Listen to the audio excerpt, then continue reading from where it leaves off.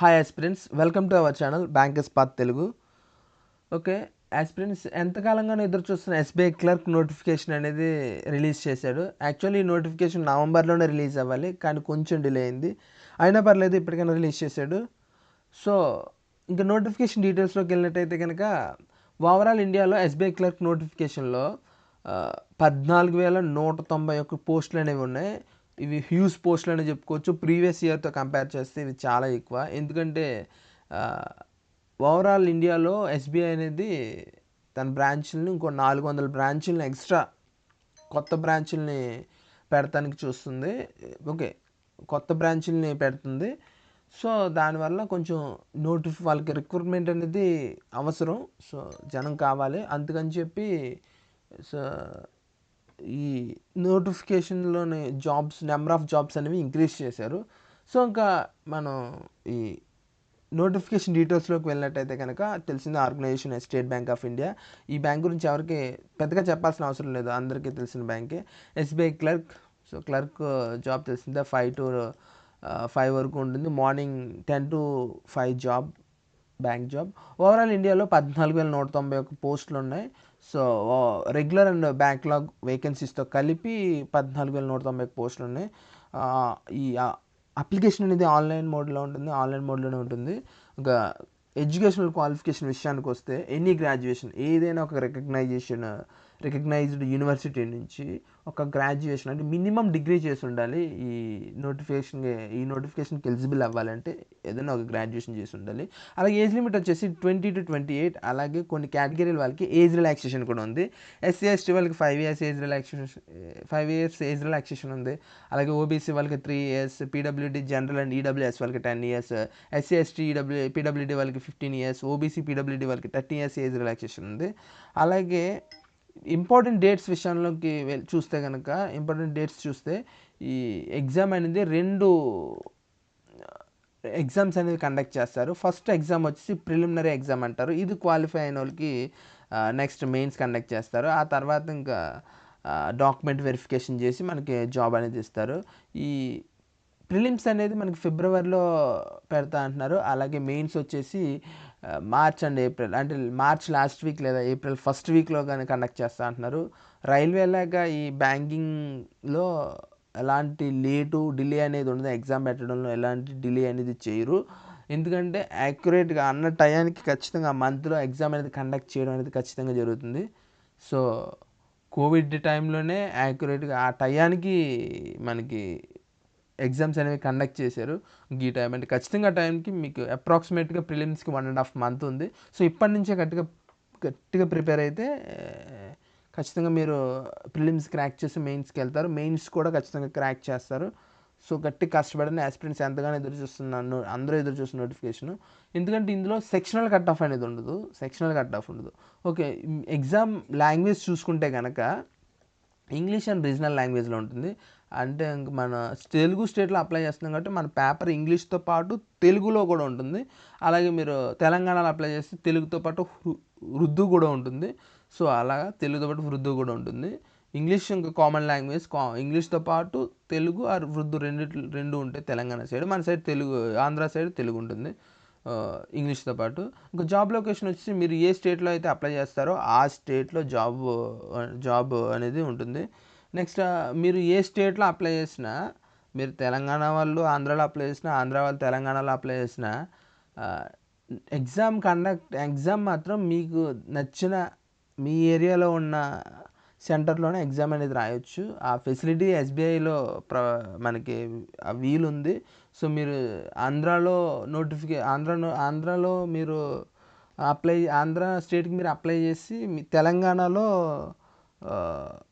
Exam అనేది రాయొచ్చు, లేదా తెలంగాణకి అప్లై చేసి ఆంధ్రాలో ఎగ్జామ్ రాయొచ్చు. ఆ ఫెసిలిటీ అయితే ఉంది. ఇంకా నెంబర్ ఆఫ్ క్వశ్చన్స్ ఎగ్జామ్ ప్యాటర్న్లోకి వెళ్ళినట్టయితే కనుక ప్రిలిమ్స్ అనేది 100 questions ఉంటే 100 marks. అలాగే మెయిన్స్ అనేది 190 questions ఉంటే 200 marksకి. అలాగే ప్రిలిమ్స్లో 100 questions ఏంటంటే 3 subjects ఉంటాయి ప్రిలిమ్స్లో. క్వాంటు, రీజనింగ్ అండ్ ఇంగ్లీష్. క్వాంటు వచ్చేసి 35 questions, each question 1 mark, 35 marks. అలాగే రీజనింగ్ 35 క్వశ్చన్స్ ఉంటే ఈచ్ క్వశ్చన్ 1 మార్క్, 35 మార్క్స్. అలాగే ఇంగ్లీష్ వచ్చి 30 క్వశ్చన్స్ ఉంటే ఈచ్ క్వశ్చన్ 1 మార్క్, 30 మార్క్స్. అలాగే ఓవరాల్గా 100 marks, 100 questions. So sectional cut off అయితే ఉండదు. మీకు క్వాంటు, రీజనింగ్ బాగా చేసే వాళ్ళకి ఇబ్బంది ఉండదు.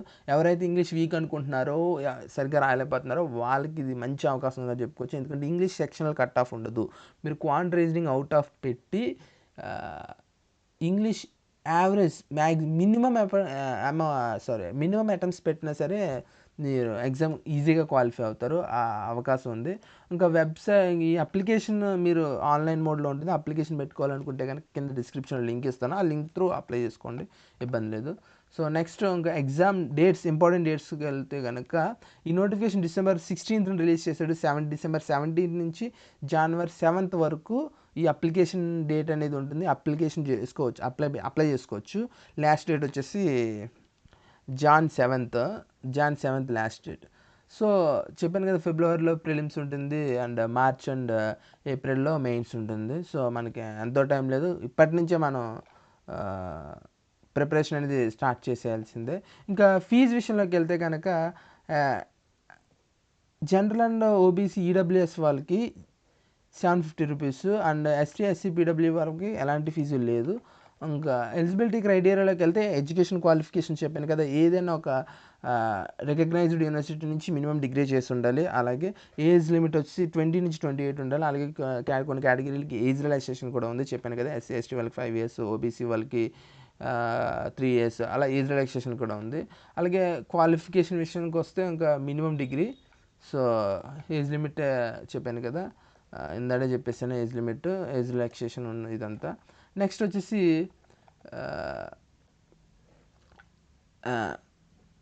ఎగ్జామ్ ప్యాటర్న్ అది చెప్పేశాను.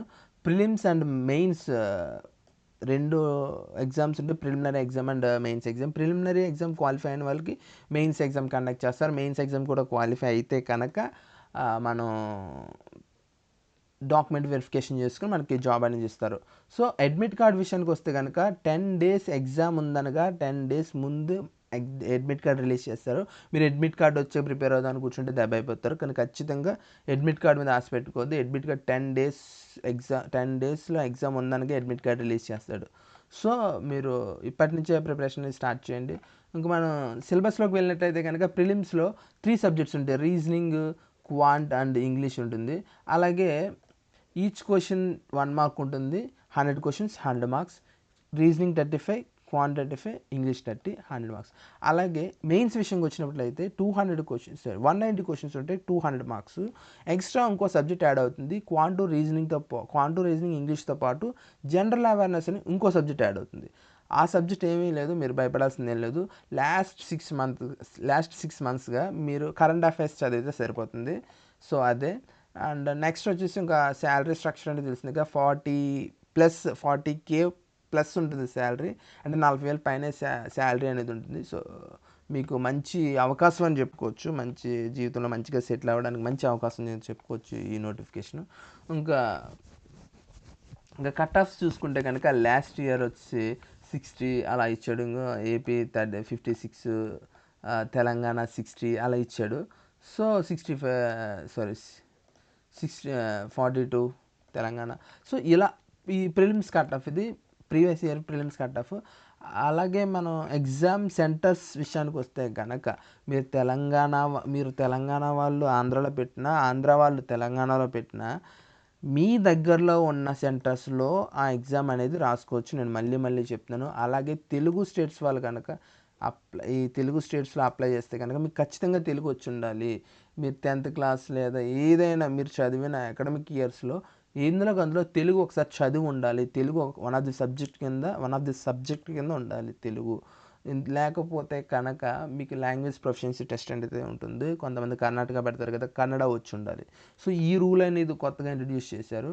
అలాగే ఆంధ్రప్రదేశ్లో చీరాల, గుంటూరు, కడప, కాకినాడ, కర్నూలు, నెల్లూరు, రాజమండ్రి, శ్రీకాకుళం, తిరుపతి, విజయవాడ, విశాఖపట్నం అండ్ విజయనగరం ఇవి ఎగ్జామ్ సెంటర్స్. అలాగే తెలంగాణలో కూడా మీరు ఎక్కడ అప్లై చేసినా, ఏ స్టేట్లో అప్లై చేసినా, మీ స్టేట్లో మీ సొంత ఏరియాలో మీరు ఎగ్జామ్ అనేది రాసుకోవచ్చు. సో ఆ వెసులుబాటు అనేది ఉంది. సో ఇంకా ఈ నోటిఫికేషన్కి సంబంధించినంత వరకు మీకు ప్రాపర్గా ఇన్ఫర్మేషన్ చెప్పానని అనుకుంటున్నా. మీకు ఏ మాత్రం డౌట్ ఉన్నా కింద కామెంట్ సెక్షన్లో కామెంట్ చేయండి, నేను ఖచ్చితంగా మీకు రిప్లై ఇస్తాను. సో మీరు ఎలాంటి డౌట్ ఉన్నా సరే, సో ప్రిపేర్ అవ్వండి. ఇంకా ఎంతో టైం లేదు, 1.5 మంతే ఉంది. మీరు గట్టిగా ఎంతకాలంగా ఎదురు చూస్తున్న దానికి ఇది మంచి అవకాశంగా చెప్పుకోవచ్చు. హ్యూజ్ పోస్టులు, మీరు జాబ్ కొట్టడానికి ఎక్కువ ఆస్కారం ఉంటుంది.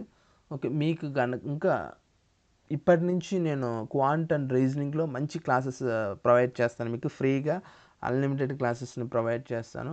100% మీరు జాబ్ అచీవ్ చేయడానికి ఈ క్లాసెస్ బాగా ఉపయోగపడితే ఫ్రీగానే యూట్యూబ్లోనే అప్లోడ్ చేస్తాను. సో ఈ బ్యాంకింగ్ ఎగ్జామ్స్కి ప్రిపేర్ అవుతున్న మీ ఫ్రెండ్స్కి ఈ వీడియోని షేర్ చేయండి. ఇన్ఫర్మేషన్గా మీకు నచ్చినట్లయితే కనుక ఈ వీడియోని మీ ఫ్రెండ్, ఈ బ్యాంకింగ్ ప్రిపేర్ అయ్యే ఫ్రెండ్స్ ఎవరికైనా సరే షేర్ చేయండి. అలాగే మన ఛానల్ని సబ్స్క్రైబ్ చేసుకోండి. Okay, thank you.